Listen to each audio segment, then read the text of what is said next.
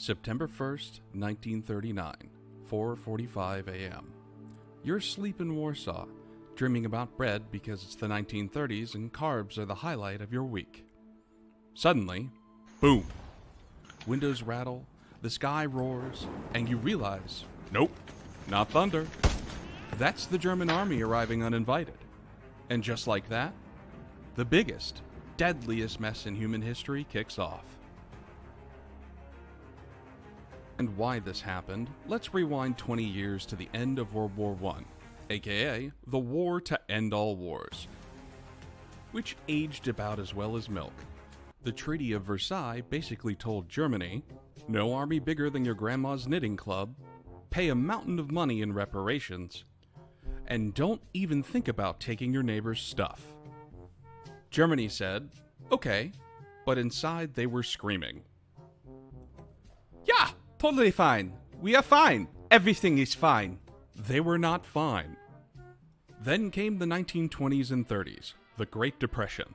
Inflation so bad you needed a wheelbarrow of cash to buy bread, and political chaos. Into this chaos strolls a guy named Adolf Hitler, a failed artist with a terrible mustache and even worse ideas.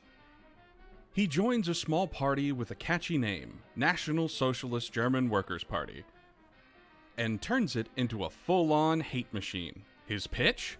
Germany's not the bad guy, they are. Hitler gets to power in 1933, starts rebuilding the army like the treaty was just a friendly suggestion. He remilitarizes the Rhineland, annexes Austria, then grabs a chunk of Czechoslovakia. Britain and France don't stop him.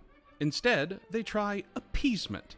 Appeasement is like letting a toddler have just one cookie so they stop crying, except the toddler is armed and wants your kitchen too. 1939. Hitler eyes Poland, but wait, the Soviet Union is also staring, so Germany and the USSR signed the Molotov-Ribbentrop Pact. Publicly, we're friends now. Privately, we'll split Poland in half like a pizza.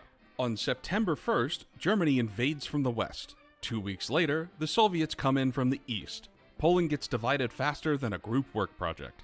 Britain and France declare war, and then nothing happens for 8 months. This is called the Phony War, where soldiers just stared at each other across borders, occasionally waving. People thought maybe this would be it. Spoiler, it wasn't.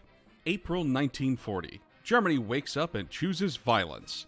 Denmark and Norway fall, then Belgium, the Netherlands, and finally France. 6 weeks and Paris is done. Imagine planning a road trip for summer and your whole country is gone by June. Britain's now the last one standing. Hitler launches the Battle of Britain, massive air raids to bomb them into submission.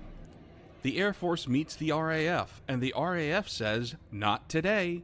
London gets bombed nightly in the Blitz, but morale somehow goes up. Churchill calls it their finest hour, and across the ocean, America's eating popcorn, watching the show, and saying, not my problem, for now.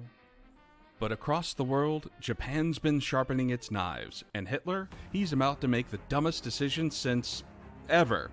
Part 2 is where it all explodes.